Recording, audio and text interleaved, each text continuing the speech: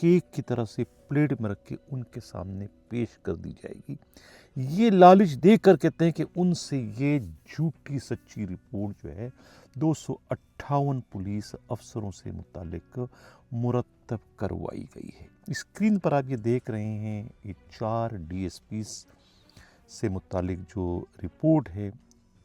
S H O کے ذریعے جو ہے وہ چائے کے ڈابوں سے بھی رشوت لینے کے الزامات ہیں جو کہ پرموٹ ہو چکے ہیں, ڈی ایس پی بن چکے ہیں. جب وہ ایس ایچ او تھے کئی سال پہلے تو اس وقت کی رپورٹیں آج جو ہے وہ اس خاتون ایس ایس پی کے ذریعے جو ہے وہ مرتب کر کے بھجوائی گئی ہے, محض جاوید عالم اوڈو کو ناکام ایڈیشنل آئی جی کراچی ثابت کرنے کے لیے.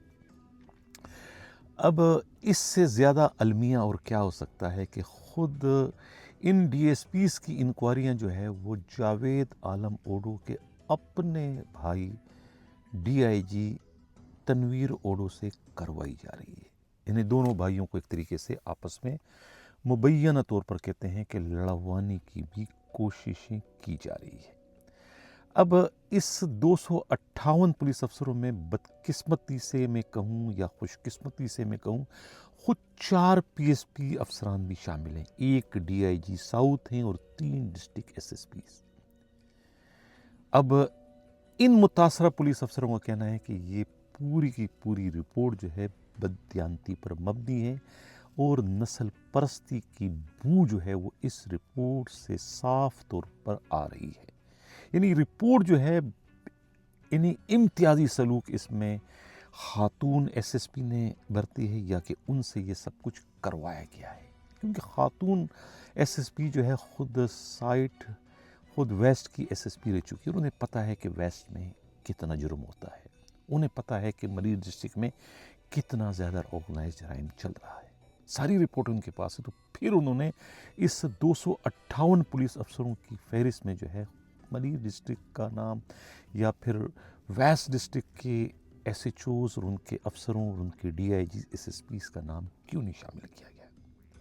خاتون ایس ایس پیز کو جو ہے وہ اس وقت براہ راست جو ہے وہ ڈی آئی جیز اور ڈسٹرکٹ ایس ایس پیز سے ایک طریقے سے لڑوانے یا پھر انہیں متنفر کروانے کی کوششیں کی گئی ہے, انہیں ڈسٹرکٹ ایس ایس پی کی پوسٹ دینے کا لالچ دے کر. اب یہ انکوائریاں اس وقت چل رہی ہیں. اب ظاہر ہے کہ انکوائری آئی جی سندھ کروا رہے ہیں اسپیشل برانچ سے, آئی جی سندھ کروا رہے ہیں آئی بی سے, اور جس قسم کی وہ انکوائری رپورٹ چاہتے ہیں اس قسم کی انکوائری رپورٹ یقیناً وہ حاصل کرنے میں کامیاب ہو جائیں گے. اگر اس موقع پر میں یہ کہوں کہ وہ خود سندھ کے وزیر اعلیٰ کو بھی ایک طریقے سے گمراہ کر رہے ہیں.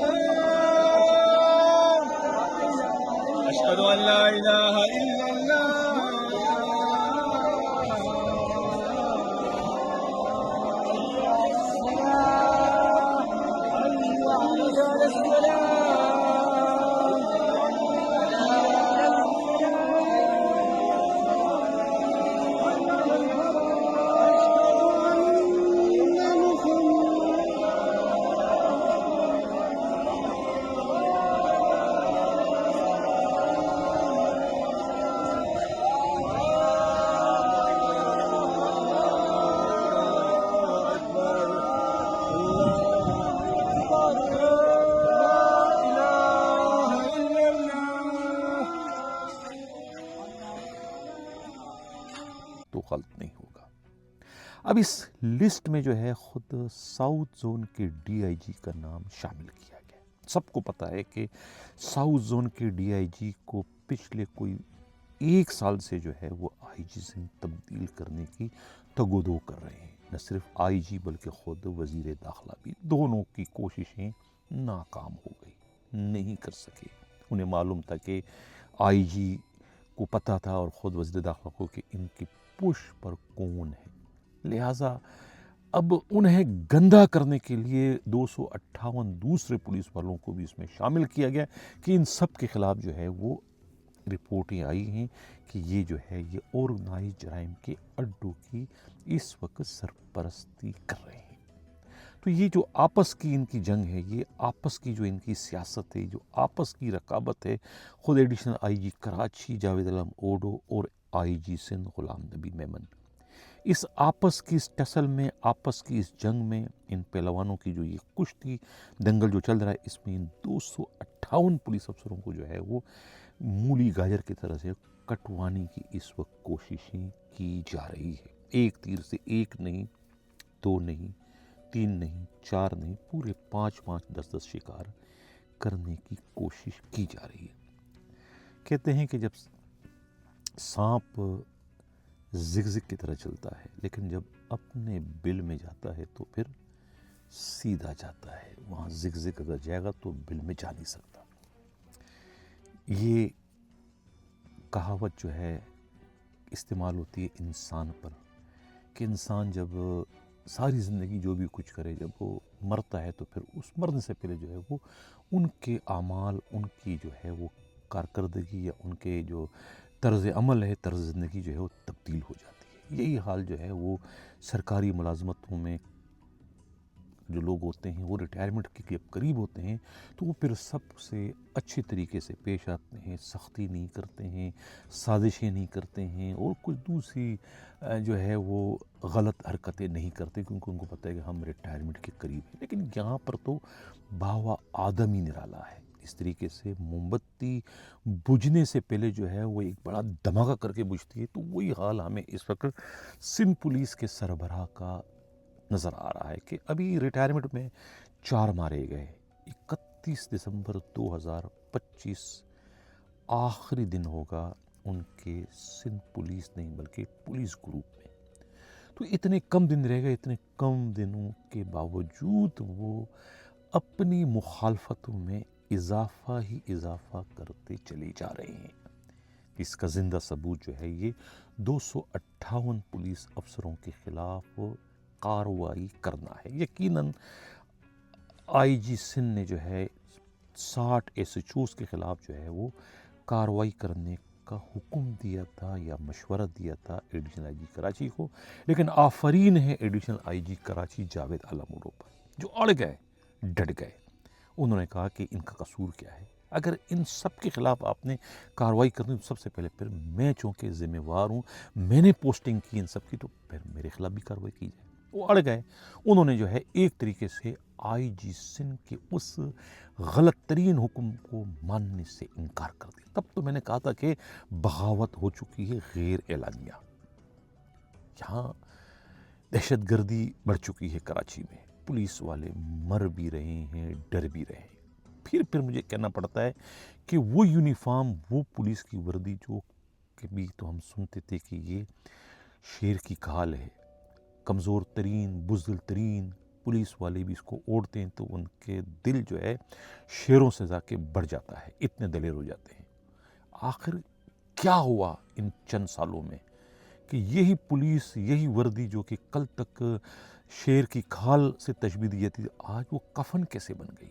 یہ 18ویں ترمیم کا جو ہے یہ ثمر ہے۔ 18ویں ترمیم کا جو اثر ہے، اس کے نتیجے میں جس قسم کے آئی جی سندھ پولیس کو ملے ہیں، ان آئی جیز نے جو ہے وہ سندھ پولیس کو جو ہے وہ شیروں کی فورس سے جو ہے وہ گیدڑوں کی فورس میں انہیں تبدیل کر دیا، اور انہیں گٹ کا ماوا والی فورس بنا دیا۔